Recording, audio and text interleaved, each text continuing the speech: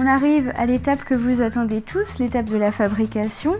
On va transformer cette matière qui est le cône en une pastille.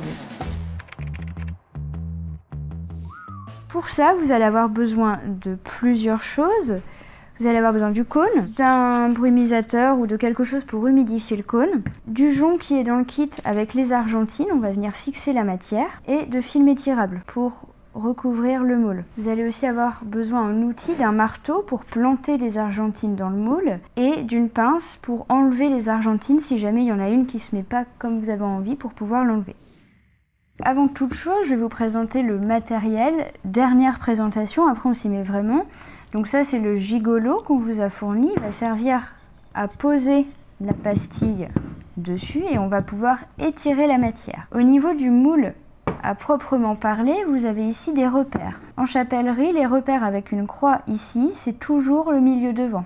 Ici, c'est le milieu dos. On va d'abord, avant tout, protéger le moule en mettant du film étirable parce que les cônes ont de la teinture dedans et il faut éviter que ça dégorge sur le bois. Donc on va protéger en prenant du film étirable classique duquel on va recouvrir le moule. Donc là, pour protéger le moule, je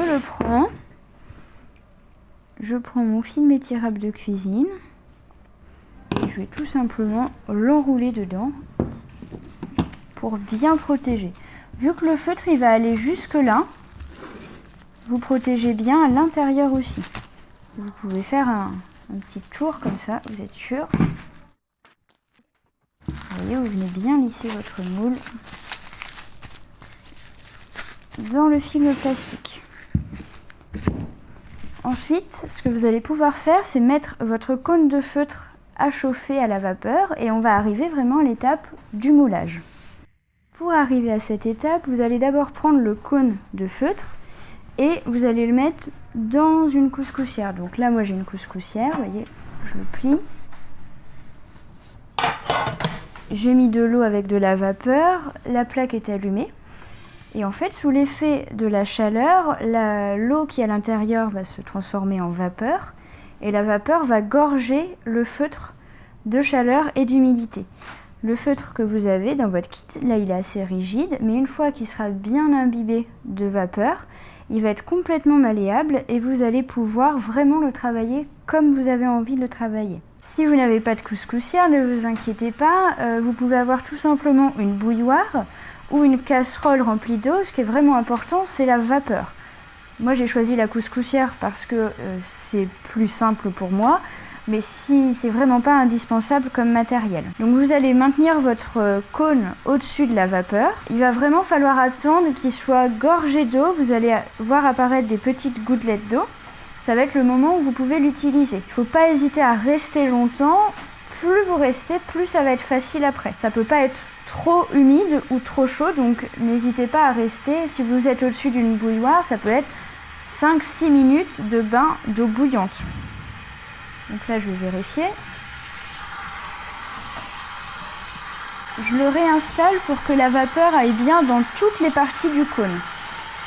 Le temps que votre cône de feutre chauffe et prenne la vapeur, vous prenez votre marteau, les argentines, le jonc et la pince coupante. Donc vous voyez, là, il y a la vapeur qui commence à sortir. Le feutre est bien chaud. Vous allez pouvoir le prendre, vous brûler et là vous allez venir l'étirer. Je décale la couscoussière et vous venez vraiment mettre tout votre poids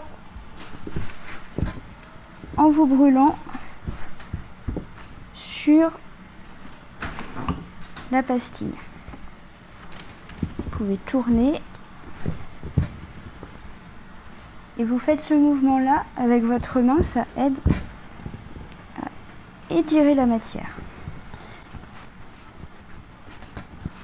Donc c'est important de bien étirer même si vous avez largement assez parce qu'après cette partie là elle va nous servir à faire le nœud. Donc plus vous tirez maintenant, plus vous gagnerez du temps après. Vous devez être bien contre la forme. Vous voyez, vu qu'il est gorgé de vapeur, il est vraiment malléable. Donc là, vous voyez, ça pourrait être un petit peu plus parfait, sauf qu'il y a déjà trop de temps qui s'est écoulé, et donc je ne vais pas pouvoir continuer à étirer.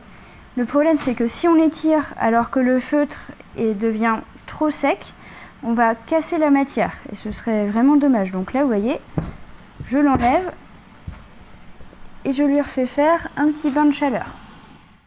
Les feutres qu'on vous fournit avec nos kits, ils ont été apprêtés, c'est-à-dire que en plus d'avoir transformé de la laine en feutre et de l'avoir mis de cette forme-là, il y a un produit chimique qui a été mis qui fait que le feutre, en séchant, il garde bien sa forme et est bien dur. C'est-à-dire qu'après, si on moule alors qu'il n'est pas apprêté, ça va tout de suite se ramollir. Donc on a fait le choix de vous donner des feutres qui le sont déjà, parce que c'est une étape qui est compliquée et pas forcément très intéressante à faire. Mais sachez-le, si jamais un jour vous trouvez des cônes de feutre, sachez qu'il faut les apprêter s'ils ne le sont pas. Donc là, il a bien repris en vapeur. Et je vais pouvoir continuer à l'étirer. Donc vous venez bien et exercer de la force vers le bas et lisser avec vos mains sur le dessus. Ensuite, une fois que vous pensez que vous avez étiré assez la matière, vous allez retourner votre pastille et vous allez vous positionner. Donc vous vous rappelez, le milieu devant est ici, le milieu dos est là. On commence toujours par mouler avec le milieu dos.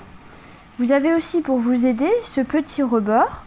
Ce petit rebord, c'est l'endroit où vous allez poser le jonc à l'intérieur. Ça va vous aider pour vous caler. Donc, vous refermez. Vous pouvez re-étirer la matière pour pas qu'il y ait de plis. Il ne faut pas que ça fasse des petites bosses comme ça. Si ça fait des petites bosses, c'est que vous pouvez étirer encore un peu plus. Vous voyez, quand on étire, il n'y a plus de bosses. Une fois que vous êtes satisfait, vous retrouvez votre milieu dos. Vous prenez votre bout de rotin et vous allez sentir, vous voyez là,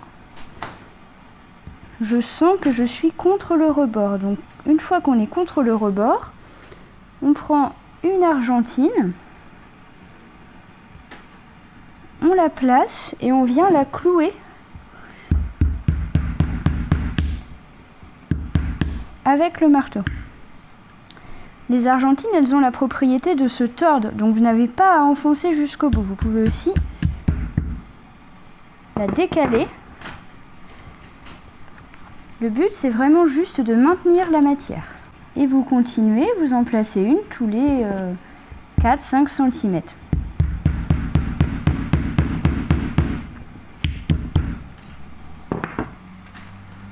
Donc je vous laisse faire comme ça. N'hésitez pas à chaque fois à bien réétirer la matière, même au dos, à bien caler le rotin. Donc moi je vais continuer, vous aussi de votre côté. Si jamais vous sentez que le feutre est trop sec ou ne se moule plus comme vous auriez envie, vous le remettez à la vapeur avec le moule pour pouvoir bien étirer la matière. Une fois qu'on arrive au milieu dos, c'est-à-dire au même endroit où on a commencé, on met une dernière argentine. Vous pouvez les écraser, comme ça, ça tient bien. On a bien aplati tout autour. Et vous allez pouvoir mettre votre feutre à sécher. Il faut compter, pour être vraiment large, vous pouvez compter 24 heures. Il faut vraiment qu'il n'y ait plus aucune humidité pour le travailler après. Prenez un petit peu de repos et puis on se retrouve pour vous demain pour continuer à faire le bibi.